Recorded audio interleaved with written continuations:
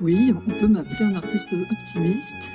Je pense que moi, quand je travaille, j'essaye de transmettre quelque chose aux autres et j'essaye par mon art d'avoir accès, je vais dire, peut-être au meilleur côté des choses. Quand on est enfant, on a souvent un émerveillement devant la nature, devant la vie. Et je pense que par ma peinture, j'apporte un peu de cet émerveillement aux gens, un peu de ce bonheur, de cette joie de vivre, voilà, de cette poésie. Quelque part, effectivement, c'est un peu révolutionnaire parce que c'est pas forcément dans l'air du temps d'avoir une vision comme ça optimiste des choses. Et effectivement, je pense que l'artiste a un rôle à jouer. Qui est beaucoup plus important que ce dont il a l'air, en fait. Parce qu'on a tendance à dire, ouais, mais bon, c'est accessoire. Voilà.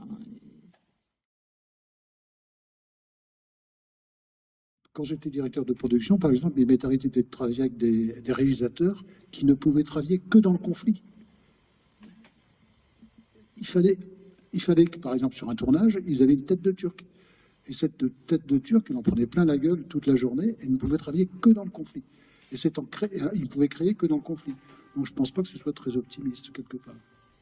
L'optimisme, c'est le fait d'aller à l'optimum, c'est-à-dire de faire avancer plus loin le projet qui est né là à l'intérieur. Et c'est là où il est important de penser que optimisme ne veut pas dire comportement BA par rapport à une situation. Hein? Cette base du fait de recevoir des émotions et de les accumuler, c'est un élément qui me paraît important chez l'artiste. Après, il faut que ça sorte. Et puis, il faut que ça soit reçu. Et justement, on en vient au public. Hein. Le public, finalement, pourquoi il devient public d'un art? Parce que inconsciemment, il attend des choses. Et puis, s'il trouve une partie des choses, l'émotion va venir, et ça peut même le changer si c'est puissant. Je pense qu'effectivement, je suis d'accord avec cette idée de recherche. Je pense qu'un artiste est toujours à la recherche de quelque chose. Il sait pas où il va. Voilà. Après, je pense qu'effectivement, on peut vivre sa vie d'une façon artistique, c'est-à-dire qu'on va essayer de mettre de l'esthétique dans ce qu'on fait, ou de la beauté, ou voilà.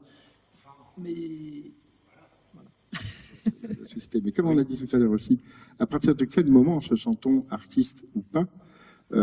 Où est-on véritablement, chacun d'entre soi, un peu artiste?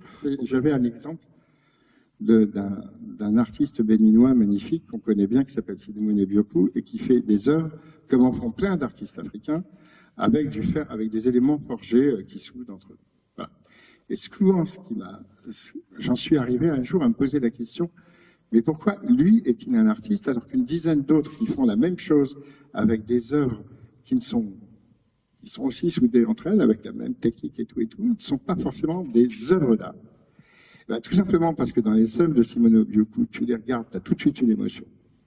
Alors que bon, c'est un assemblement, et que les autres, c'est effectivement des soudures, mais tu cherches l'émotion. Tu peux avoir un artiste qui va vouloir donner vraiment une image actuelle de la société, du monde dans lequel il vit, de son environnement,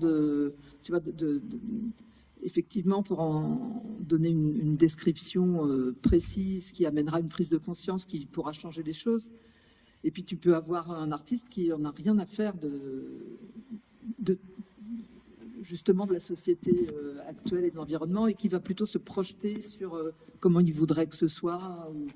Tu vois, c'est vraiment je pense que chacun travaille avec ce qui lui est propre, quoi, et ses centres d'intérêt, et puis peut-être des choses qui le dépassent, en fait, parce que on ne sait pas toujours avec quoi on travaille, quoi, et Enfin, moi, souvent, je suis un peu surprise par ce que je fais, parce que je commence à faire quelque chose et puis ça prend une autre tournure pendant que je suis en train de le faire. Et puis finalement, bon, j'arrive à un résultat dont je suis satisfaite, mais je ne sais pas toujours ce que j'ai fait. C'est ça qui est rigolo. Et c'est qu'après, je vais rencontrer le public qui va me dire « Ah oui, quand je vois votre toile, ça me fait penser à ça. » Une petite anecdote. Quand j'ai commencé dans le milieu du cinéma, j'ai travaillé avec Buñuel. Et c'était juste après le charme discret de la bourgeoisie. Je ne sais pas si vous avez vu le film. C'est un très grand film de Buñuel. Et dans le charme discret de la bourgeoisie, il y a un grand travelling où il y a tous les comédiens qui sont réunis. Et au milieu du travelling, il y a un flou. Un vrai flou. Et Buñuel m'avait raconté, quand on a visionné le film, quand on avait les rushs, le rush, c'est quand on regarde je ne sais pas si vous savez ce que c'est que les rushs, mais quand on tourne une journée, le lendemain, après le développement de la pellicule au labo, on visionne ce qu'on a fait. Donc, au visionnage des rushs, l'opérateur était complètement catastrophé. Il dit, mais on ne peut pas garder ça. Et Buñuel l'a regardé, lui a dit, mais c'est pas grave, on me prêtera des intentions. Moi, je voulais revenir un peu sur ce que vous disiez. J'ai l'impression qu'il y a une contradiction un petit peu intéressante qui se dessine un peu. On discute un peu de l'impact que peut avoir l'art sur nos sociétés, comment ils peuvent la modifier. Mais j'ai l'impression que ce qui déclenche le processus créatif chez un artiste, c'est un peu de l'égoïsme finalement.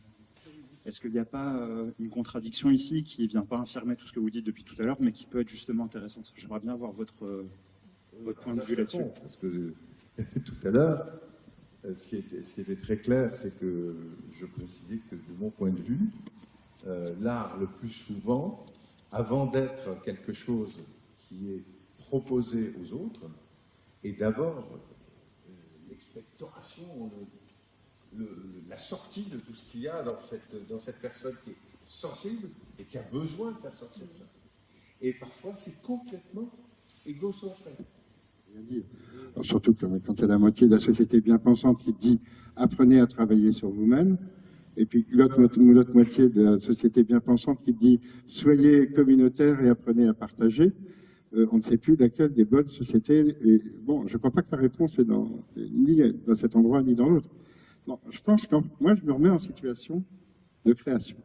Je pense que quand on monte un projet, ou quand on est artiste, on est en situation d'exaltation personnelle. Et que cette notion d'exaltation personnelle, c'est la plus belle des choses.